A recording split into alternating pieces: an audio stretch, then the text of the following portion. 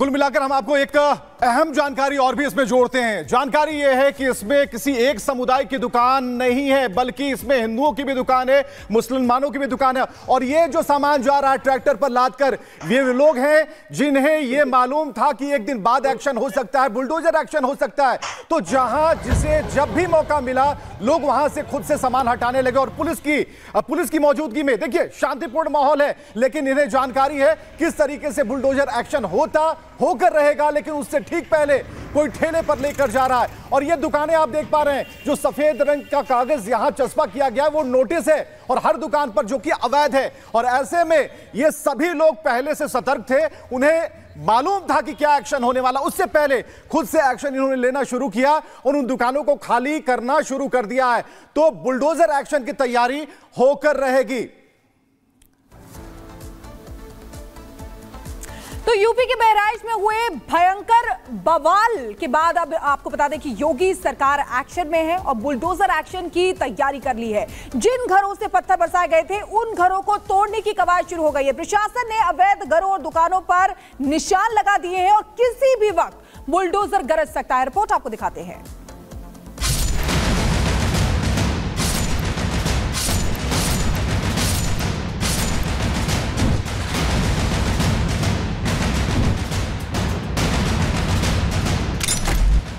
बहराइच हिंसा के दंगाइयों का पूरा हिसाब किया जा रहा है।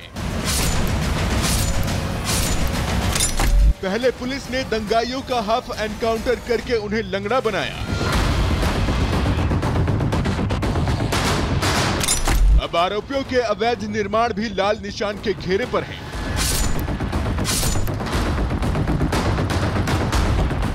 बहराइच में मूर्ति विसर्जन के दौरान दंगाइयों ने हिंसा फैलाकर जो गलती की है, उस गलती की दंगाइयों को ऐसी सजा मिलने जा रही है कि दंगाई और उनकी 7 पुश्ते भी याद रखेंगे। बहराइच के महाराजगंज इलाके में जिन घरों से दुर्गा प्रतिमा विसर्जन जुलूस के दौरान पत्थर फेंके गए थे, योगी सरकार उन्हें मिट्टी में मिलाने जा रही है।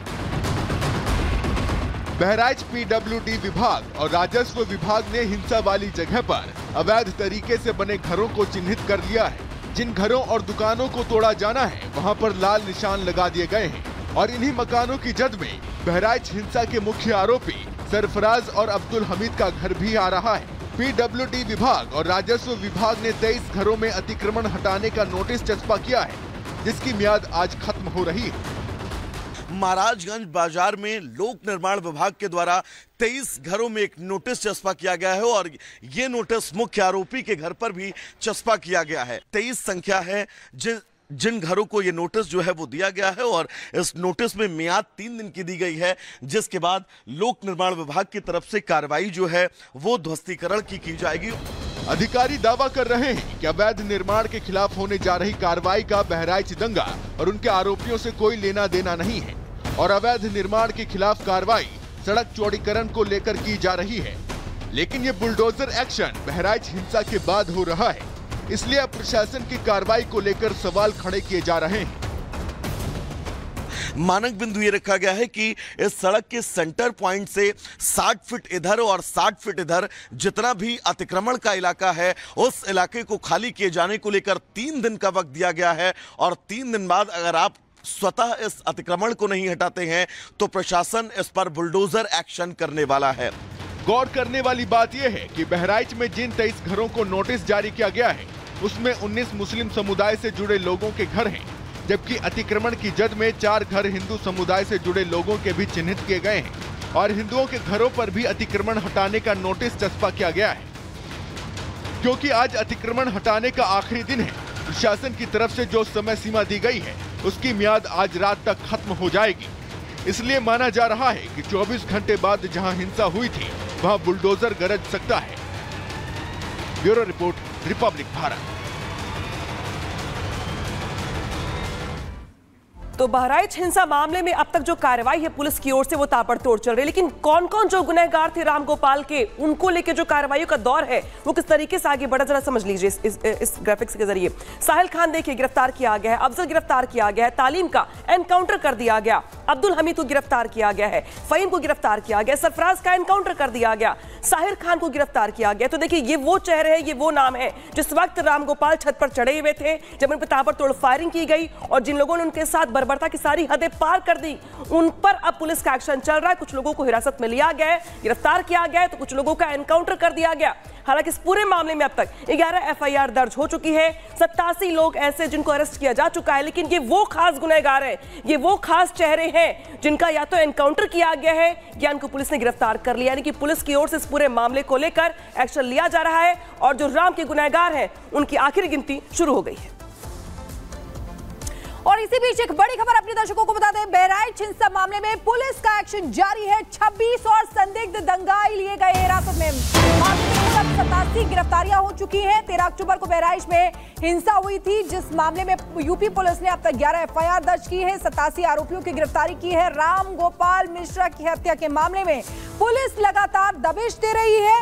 योगी सरकार ने आपको बता दें कि आरोपियों को न छोड़ने की सख्त हिदायत पहले ही दे रखी है और लगातार एक्शन जारी है। बुलडोजर एक्शन की भी तैयारी हो चुकी है।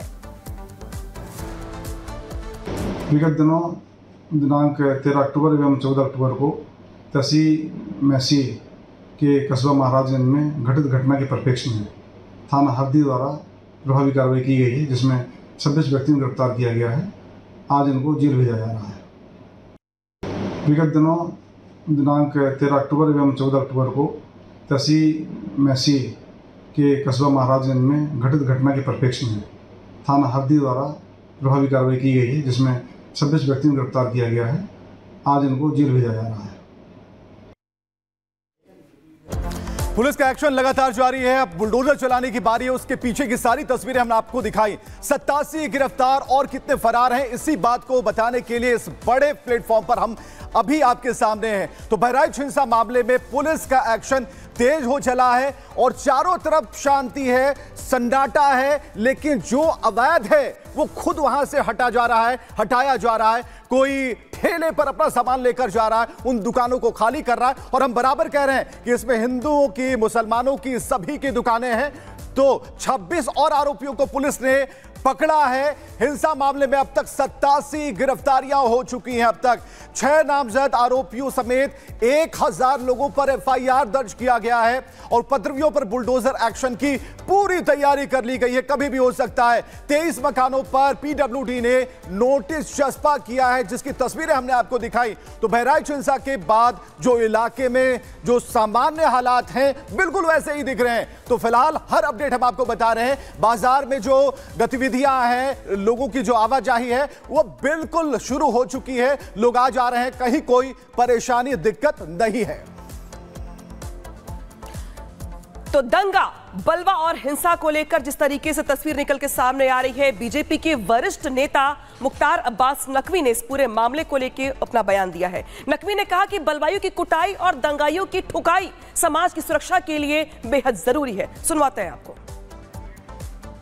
दंगाइयों की कुटाई, बलवाइयों की ठुकाई ही जो है वो समाज के सौहार्द और सुरक्षा की भलाई है। अगर दंगाइयों की कुटाई नहीं होगी, बलवाइयों की ठुकाई नहीं होगी, तो समाज के सौहार्द और सुरक्षा की भलाई नहीं हो सकती। और जो ये सियासी सूरमा है, आज तक जिस तरह से दंगाइयों का संरक्षण करते रहे, उनको जो है वो प्रमोशन देते रहे, प्रोटेक्शन करते रहे, आज वो सवाल खड़ा कर रहे हैं।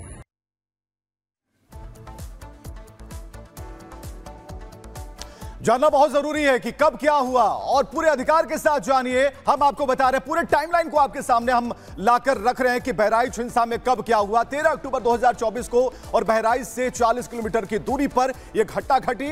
इसके बाद महाराजगंज बाजार में यह घटना हुई, जिस पर सभी लोग सशंकित हो गए और उसके बाद महाराजगंज बाजार में जो गतिविधियां थी वो अलग तरह की हो गई।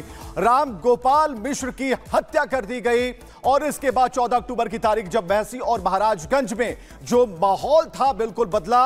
हिंसा होने लगी, अगजनी होने लगी, तोड़फोड़ होने लगी। तारीख थी 14 अक्टूबर की। 17 अक्टूबर को क्या हुआ, नेपाल बॉर्डर से 20 किलोमीटर दूर की बात हम आपको बता रहे हैं। पहले सरफराज और फिर तालीम का एनकाउंटर होता है, पैर में गोली लगती है। 6 आरोपियों, अब तक नामजद 6 आरोपियों को नामजद किया जाता है। 18 अक्टूबर की तारीख होती है और इसके बाद पुलिस ने इन्हें धर दबोचा, पकड़ लिया और इनसे पूछताछ शुरू हो गई।